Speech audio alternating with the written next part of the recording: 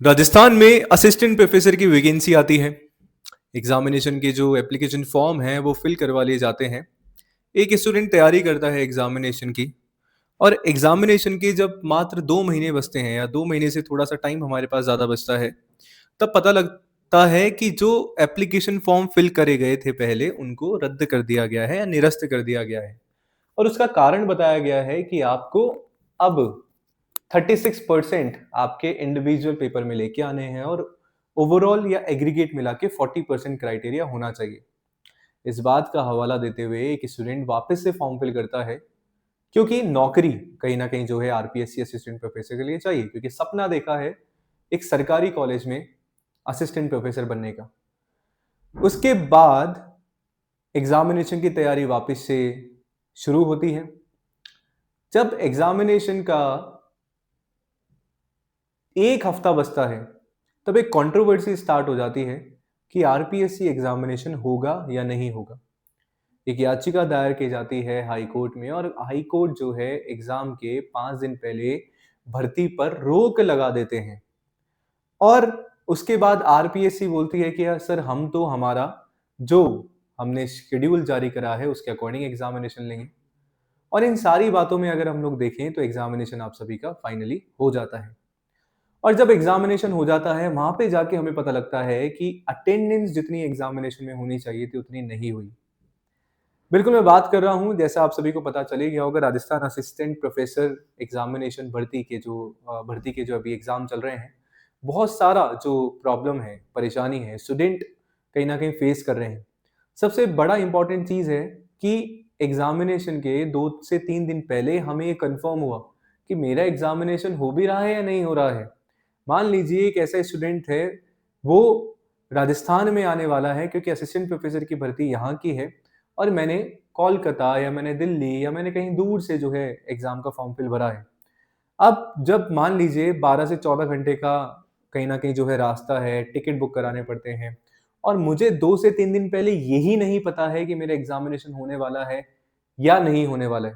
तो एक particular student examination की तैयारी करेगा, या वो एक स्टूडेंट केवल ये देखता रहेगा कि एग्जाम हो रहा है या नहीं हो रहा है, पहली चीज़।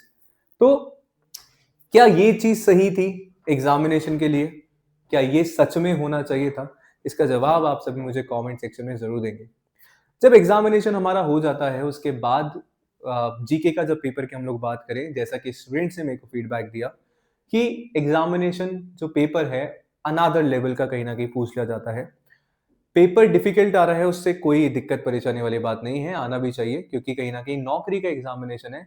बट ये एक स्टैंडर्ड कहीं न कहीं जो है पेपर आप सभी का यहाँ पे होना चाहिए। मैं उसके बिल्कुल फेवर में हूँ, ठीक है? क्योंकि तैयारी में अगर हमें सही और अगर हम लोग बात करें और सफिशिएंट टाइम अगर हमें दिया जाता है, तो यस, पेपर उसके अकॉर्डिंग हमें बनाना चाहिए, या पेपर जो है स्टूडेंट्स को मिलना चाहिए। पर ये सारी की सारी चीज़ें नहीं हुई, अपोज़िट कहीं न कहीं हमें देखने को मिला। क्या ये पर्टिकुलर चीज़ होनी चाहिए थी आरपीएससी एग्जामिनेशन में? तो आरपीएससी एक कहीं न कहीं जो है ट्रांसपेरेंट बॉडी बिल्कुल राजस्थान में है। पर जब एक ऐसी अथॉरिटी से हमारी अपेक्षाएँ इतनी जब अच्छी होती हैं, और जब ये सारी चीज़ें होती हैं, तो कहीं न कहीं जो है उस अथॉरिटी को लेके हमारे मन में भी जो है बहुत सारे सवाल पनपने लग जाते हैं।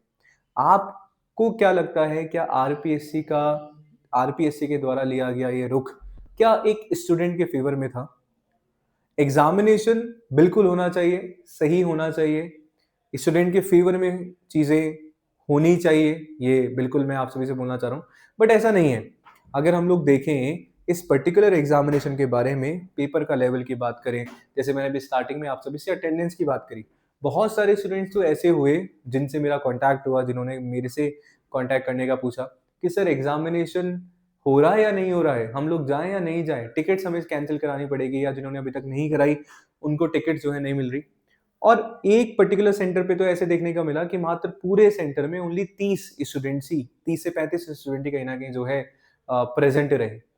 तो एक तो ये प्रेज़ेंट वाला चीज़, दूसरा जैसे अटेंडेंस की मैं बात कर रहा हूँ, दूसरा 36% का क्राइटेरिया, मैं इसको गलत नहीं मानता हूँ, बिल्कुल सही है।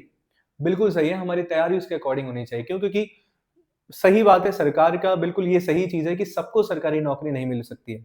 जो उस पर्टिकुलर क्राइटेरिया को पार करेगा, डेफिनेटली उसको मिलेगा जॉब, पर एटलीस्ट हम लोग सारी चीजों को टाइमली सही तरीके से करें, सो दैट एक स्टूडेंट जब ईमानदारी से तैयारी कर रहा है तो वो चाहे उसका सिलेक्शन हो रहा है या नहीं हो रहा है, उसके पास कहीं ना कहीं वैलिड रीजन होने चाहिए सारी चीजों के लिए। आपको क्या लगता है, कमेंट सेक्शन में जरूर बताइए था कि इस बार जो एग्जामिनेशन हमारा हुआ है आरपीएससी का, क्या ये सच में होना चाहिए था या नहीं होना चाहिए था। और फ्यूचर में जब भी आरपीएससी के द्वारा कोई सा भी एग्जामिनेशन लिया जाता है, ना केवल असिस्टेंट प्रोफेसर एग्जामिनेशन, क्या हम अब ये सोच के चले कि आगे आने वाली भर्तियों में भी ऐसी कुछ धांधली हमें पर्टिकुलर देखने को मिलेगी? क्या लगता है आपको, कमेंट करके ज़रूर बताइएगा। एक स्टूडेंट को क्या लगता है, कमेंट करके ज़रूर बताइएगा, क्योंकि ये जो वीडियो है आप सभी के लिए एज़ अ स्टूडेंट पर्सपेक्टिव बनाने की कोशिश की है। शुक्रिया।